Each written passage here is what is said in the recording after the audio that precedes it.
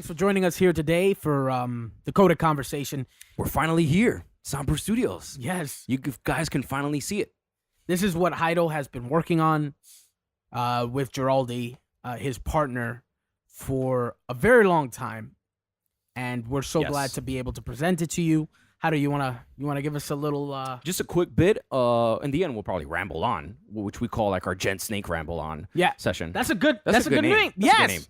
Yes. The Gent Snake moment or Gent Snake something session. like that. We'll figure it out. So it took us about 2 years and a half to finally get the studio finished. So I think when we started the podcast is when we were like at the tail beginning of constructing the studio. So we started off very slowly, and then we just started trickling on and continuing.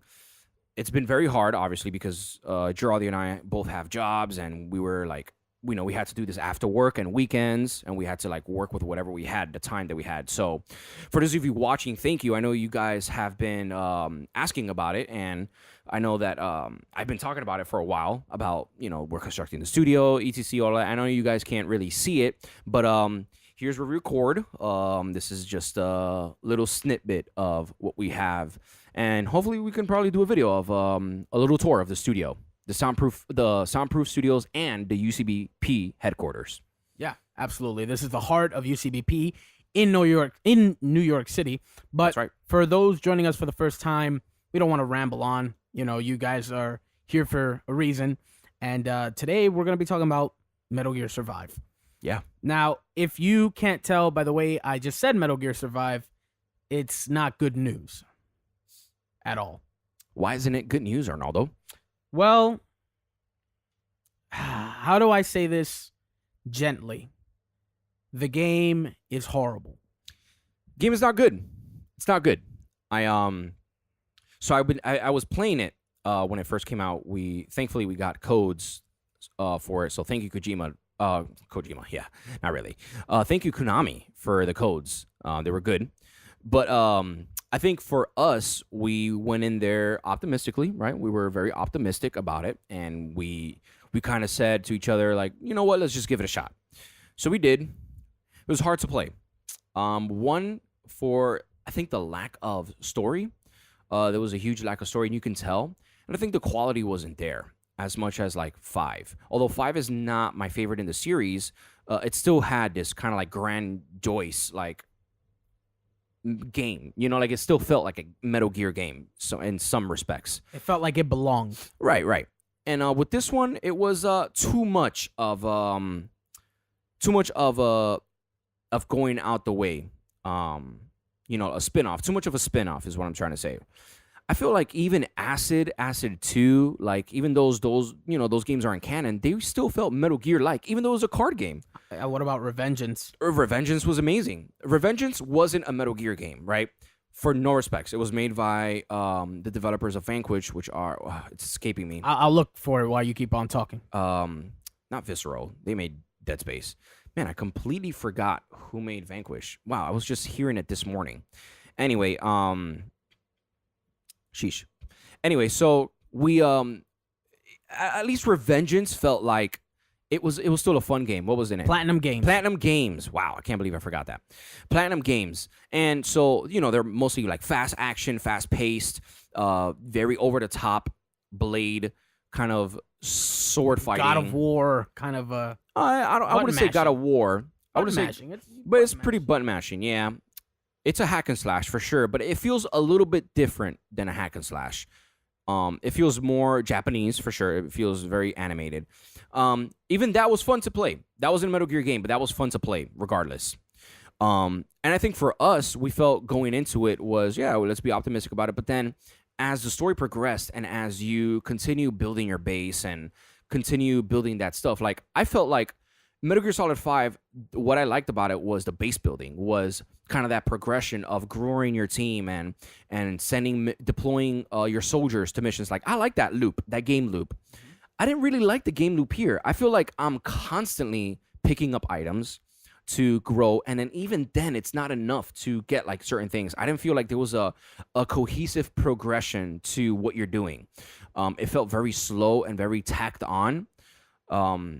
and it felt very very sustained in where it was. It didn't really grow, right? Like the story didn't grow and the character didn't grow.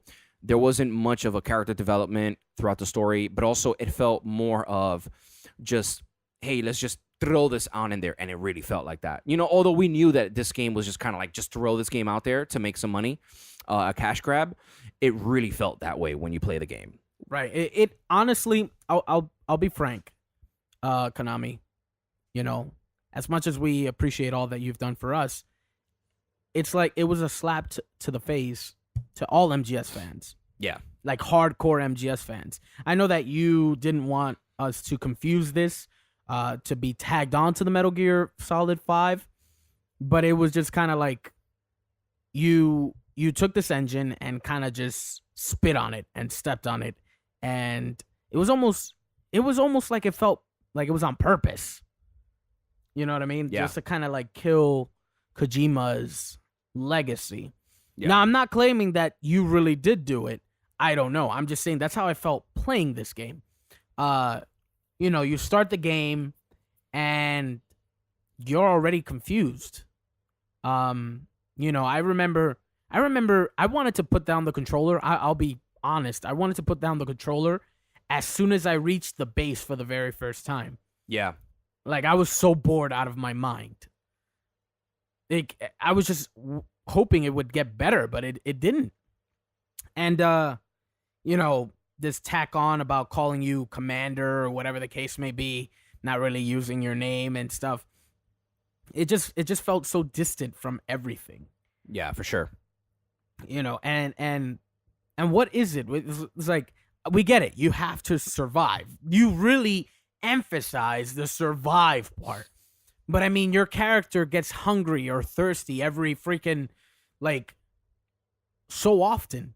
It feels like it happens like every 30 seconds. I feel like they could have taken a page out of their own book with Metal Gear Solid 3, where the stamina meter, you know, wasn't as stressed in Metal Gear Solid 3 as it is in Survive. You know, the stamina meter, you have to eat, you have to do all these things in order for your stamina to go up.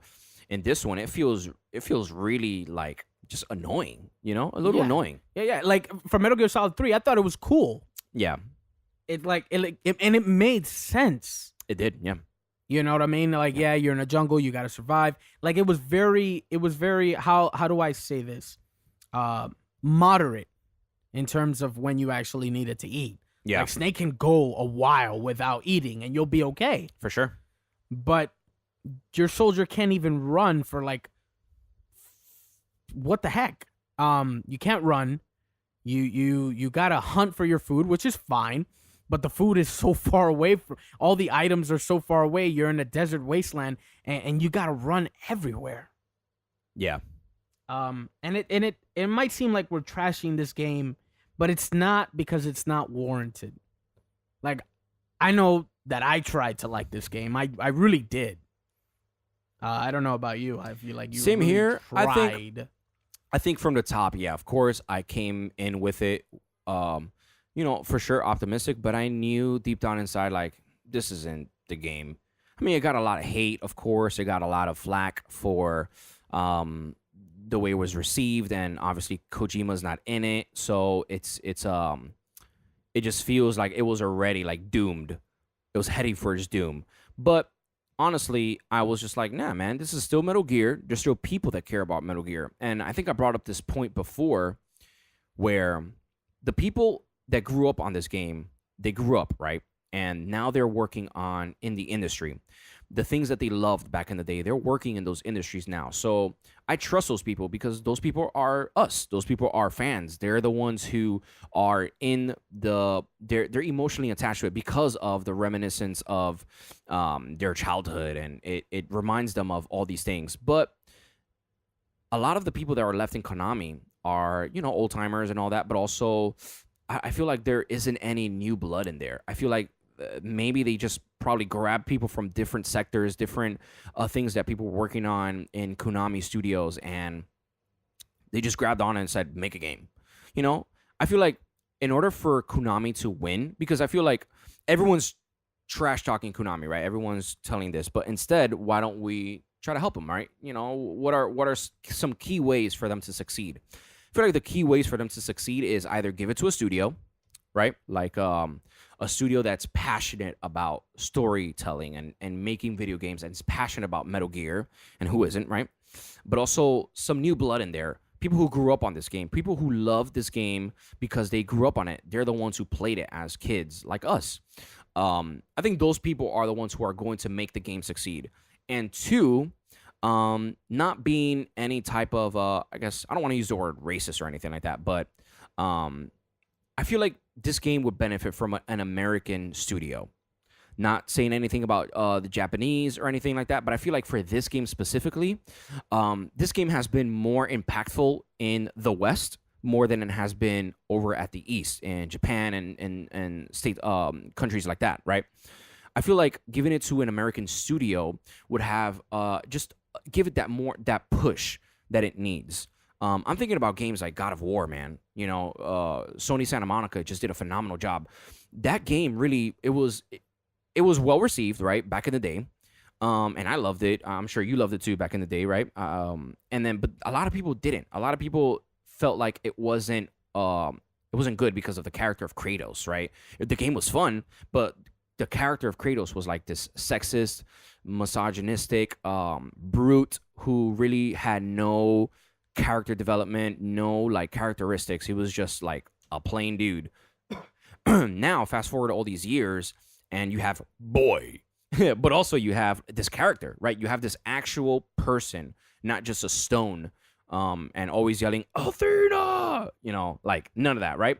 So I feel like giving it to the proper studio would definitely benefit from it. I don't know. What do you think? I heard a rumor that Blue Point might be making another remake. I did hear that rumor, yeah. Not sure who it was, but I definitely think that, you know, Konami has to focus more on quality rather than the cash grab. You know what I mean? Because, they say that they've made good money, but they do sell other products. So we don't know where that money can be coming from anywhere. Yeah, for sure. Well, here's the thing. We read in the news before the segment, which you can check out on podcast services, wherever. Just subscribe to Under the Cardboard Box podcast. You know, shameless plug, for sure. But in the news, we talked about how they didn't make much money for Survive, right? It wasn't obviously it wasn't a cash grab for them per se, right? Because they didn't make as much. But you know what will is a game that fans are interested in, which are right now, if you really want a cash grab, Konami, make remakes. Give it to Blue Point, remake Part 1. Part 1 needs a remake. Even the Nintendo games, I mean, I feel like you can go so far with that. And I'm not sure if Blue Point is the studio to do that, because that's kind of making a new game, you know, in its essence. But Blue Point can definitely do a remake of Part 1, Part 2, Part 3, and just remaster those games, you know, really remaster those games. Remake those games. And I'm sure we've talked about this before in numerous episodes, but that's a cash grab right there. Would you pick up that game for PlayStation 4 or Xbox? Well, I definitely need to pick up a PS4 before I pick up any of those games. No, I would say for Xbox. I know, right? I know. But if they were available, I'd pick them up just because of I love those stories. Yeah. I really like what they did for the 3DS, where they added the crouch walk and all these other things, and that sold, you know what I mean? Mm-hmm. But as far as Metal Gear Survive, so we won't go too much off, you know, I found it extremely repetitive in the sense, and the AI for the zombies was just horrific. I felt like it was a bit too janky. I'm trying to find something that I liked about the game, and I can't. I do like the co-op. I think that being in that world, and it's unfortunate you can't play the single player. Granted, it's called single player, but you can't play the campaign essentially with another person. That kind of sucks. But there are the whole horde mode kind of stuff. But even that, it felt a little weird. It gets tedious though. Yeah, after a while, it does get boring. Like honestly, I'm sure there are fans here or people listening that are fans of the Call of Duty zombies. That to me I can see the lore, but that to me, after a couple of rounds, it gets boring to me too. Well, that's why in the recent Nazi zombie games, they added like elements to it, a lot more elements and secrets and all that, because they probably saw that this could become a little boring with hordes and horde modes and all this stuff. I mean, I feel like with Survive, it was just a bit too much. It was a bit over the top with. They were trying to make something that really wasn't necessary, right? So they were just like, well, just add this, And the zombies, like, they felt tough, right? They felt like pretty adequate, but then at the same time, it wasn't well balanced at all. You would go from building a base here, you'll put your fences up, you'll put up all your traps, that'll get destroyed, and then like for some reason, like it felt, man, how do I put this, man? It just didn't feel right. It didn't feel right. It wasn't fun. Like I wasn't having fun. Video games are meant to have fun. If you have to struggle to make a fun video game, then you're gonna struggle in those review scores. I just think that a lot of their ideas in mind, like in retrospect, would have made an awesome game, but I think the delivery is where they failed. Yeah, that's all it was. Yeah, because remember that of course, why wouldn't you have to search for resources to eat? Yeah, for sure. Why not? Yeah, they could have. They put that in Breath of the Wild. Yeah, you had to eat. But they did it well there, where you recover health and whatnot, and you don't even need to eat that often. Yeah, for sure. This is like, I'm hungry now, and if I don't eat, I die. Yeah. But it hasn't even been 10 minutes. Yeah, it feels really, really sparse. Yeah. So I guess what we're trying to say is that we give Metal Gear Survive, without spoiling anything, but it's a thumbs down. Thumbs down on our count. On the U.C.B.P. score. It's a thumbs down. But hey, we would love for you to try it if you want to. We do have PC codes to give away. We do have 2 PC codes to give away. Yes, we do. We do. And we're more than willing to give them to you. Send us an email at underthecardboardbox@gmail.com. If it's your first time here and you're not subscribed, subscribe to here. And send us an email telling us you subscribe and you want to try the game. And we will send you the code. We'll do that. You make up your own mind. We don't want you to, think that, it's already bad. We're offering it to you for free. Free. For you to try it yourself. Courtesy of Konami.